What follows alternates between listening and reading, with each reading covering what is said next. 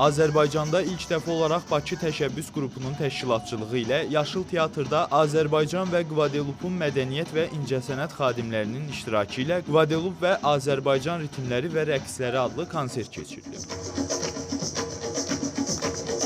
Tədbirdə Qvadelupun məşhur Lakao Veranda qrupu, Azərbaycanın isə Natiq Ritm və Mirvari rəqs qrupu səhnəni bölüşüblər. Tədbir həm paytaxt sakinləri, həm də qonaqlar tərəfindən maraqla qarşılanıb.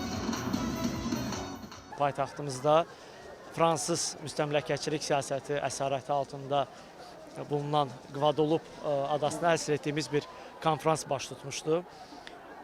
Dəfələrlə vurğuladığımız kimi Bakı Təşəbbüs qrupu müstəmləkəçiliklə mübarizəni yalnız siyasi müstəvidə deyil, həm elmi və həm mədəniyyət istiqamətlərində də kolonializmlə mübarizəsini davam etdirir. Azərbaycan və Qvadelup musiqi mədəniyyətlərini geniş ictimaiyyətə çatdırdıq və nümayiş etdirdik. Bundan sonra da təbii ki, digər dəniz aşırı ərazilərlə də biz bu kimi mədəni tədbirləri həyata keçirəcəyik.